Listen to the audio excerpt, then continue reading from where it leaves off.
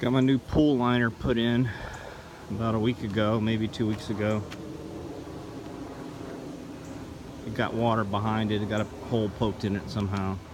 I'm not sure how it got poked, but I found the hole, and by the time I found it, there was water all behind the liner. It was bloomed out and wrinkled, and it was already kind of old when we bought the house, so I decided to go ahead and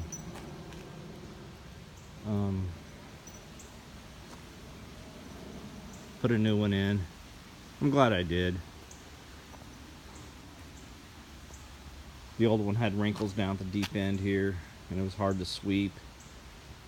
It was just kind of a real pain in the butt. Now everything's smooth and I can clean the pool real fast and easy. Let's hope no groundwater gets behind it and bubbles it up this next winter. If it does, I'm just gonna have to call them back out here to re-put it in right, and then dig a French drain on the other side of that fence, and then back around this cabana and into the river.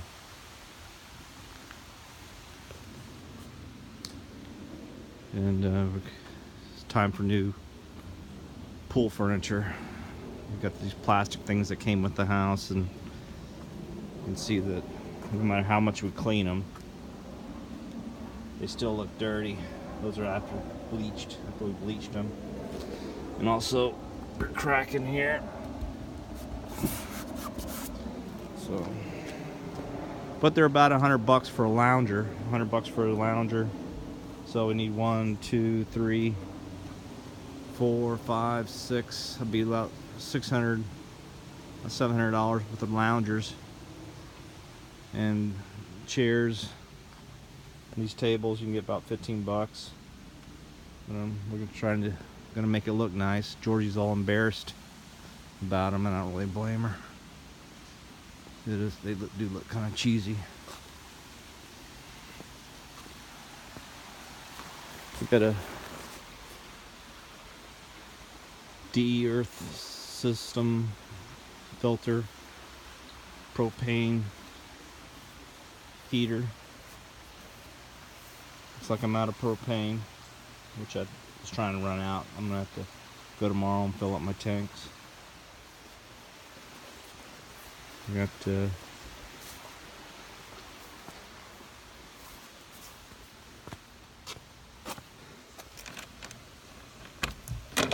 cabana. I got 400 pounders. I tie them up tandem, but they're all empty, so I'm going to get all 4 of them filled up, put on standby, and get all this stuff in the barn.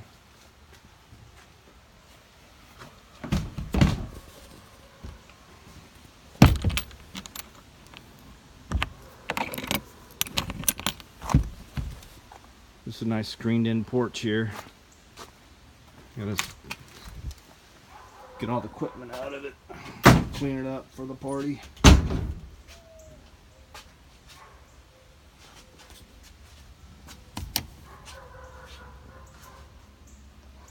Guess we'll throw that away. This thing doesn't work anymore. This TV came with the house. I'm not sure if I actually broke the cable TV cable coming out to the house. I snapped it when I was filling that dirt project, bringing dirt from behind this fence over to the construction area over there. I gotta move all this back in the flat area. That's my backhoe and trailer.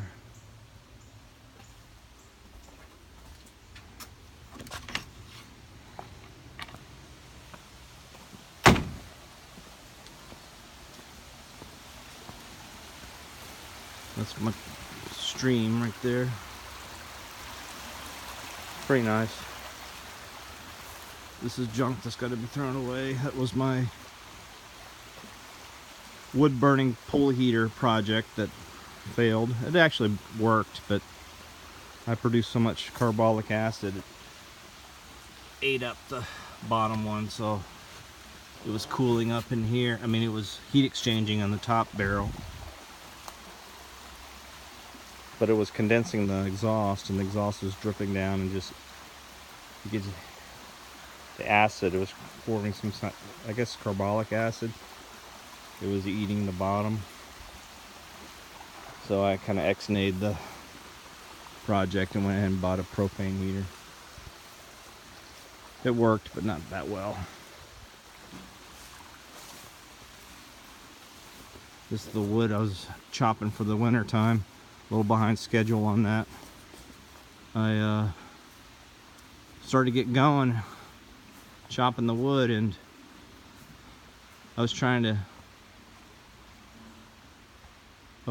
to make a shortcut and bringing my forklift over here. I have forks I can put on my tractor, and I was putting it on top of this area right here, and I actually slammed the pallet down on top of the engine here and pancaked my gas tank and broke the gas cap. And I think I smushed the bottom underneath the tank, and I probably hurt something underneath there. I actually got it going. I worked on it and got it going, and I chopped all this wood, but then the engine just quit. And now, no matter what I do to it, I can't get it to go. I had the carburetor apart, blew out the carburetor, took the valve cover off and watched the valves move. The valves moved. Took the spark plug out, and it was sparking. So I don't know. So I started thinking about taking it to the mechanic.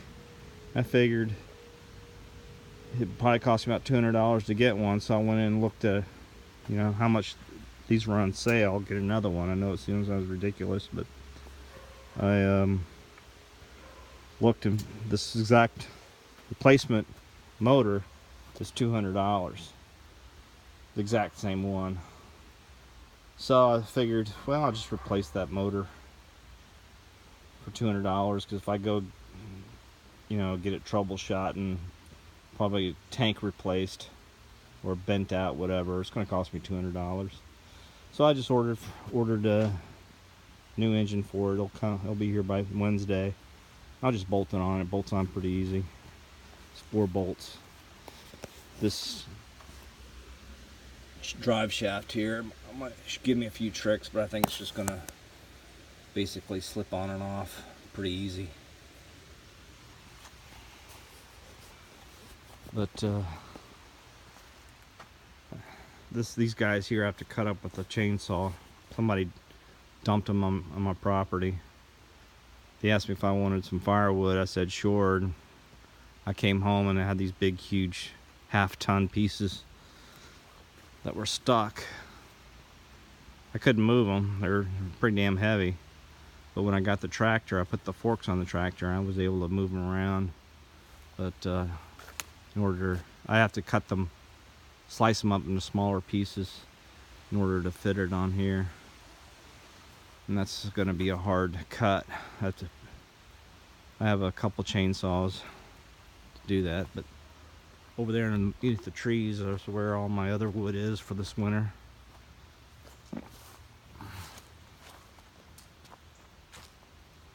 Kind of keep it hidden.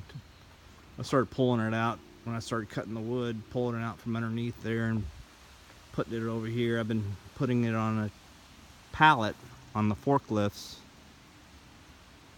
on the tractor. I've been stacking them on the forklift and bringing them over close to here, and I was trying to get a system going, and that's how I damaged my engine over there.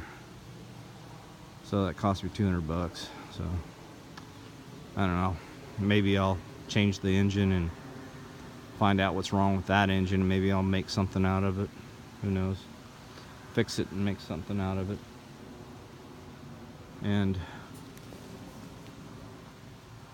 right here is my barn.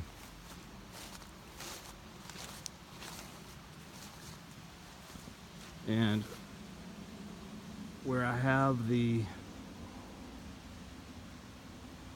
log splitter and the bare spot right there, I kind of cleared that out.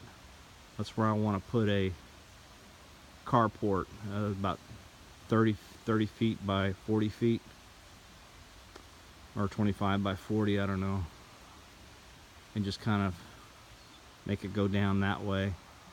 And so I can put my tractor underneath there and all my other equipment and my trailer, just corral it all in that one area. And get it organized. And then probably put a fence,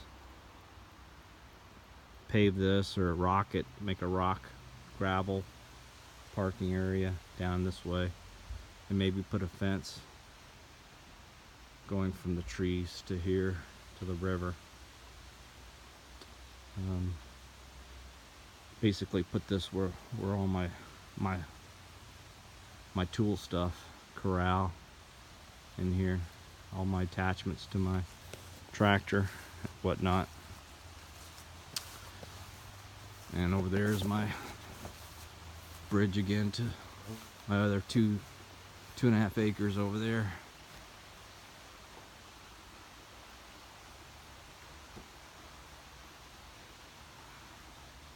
See, all this stuff right here has got to be put in that, underneath that carport I want to put in.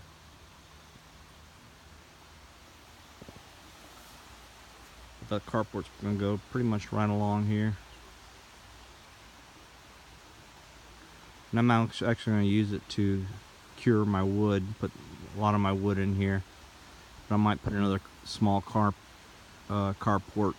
behind the garage to cure wood for the fireplace in the winter time. But first I just want to, this year I want to get this done.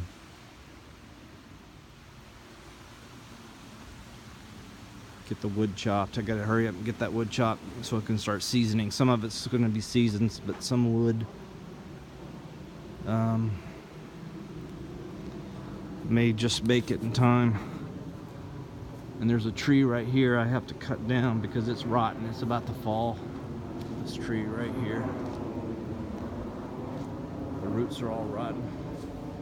So once I get this wood processed, I'm gonna fell this tree, and that's going to be plenty of wood, probably into the next winter also, but it's got to have time to cure or age, whatever they call it. There's a lot of nice wood on there.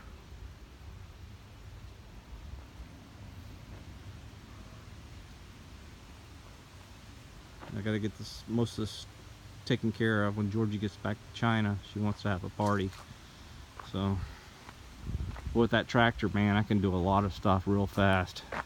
Those forklifts, I could have had all this wood cut in 2 days. But I screwed up and smashed my little Collier engine.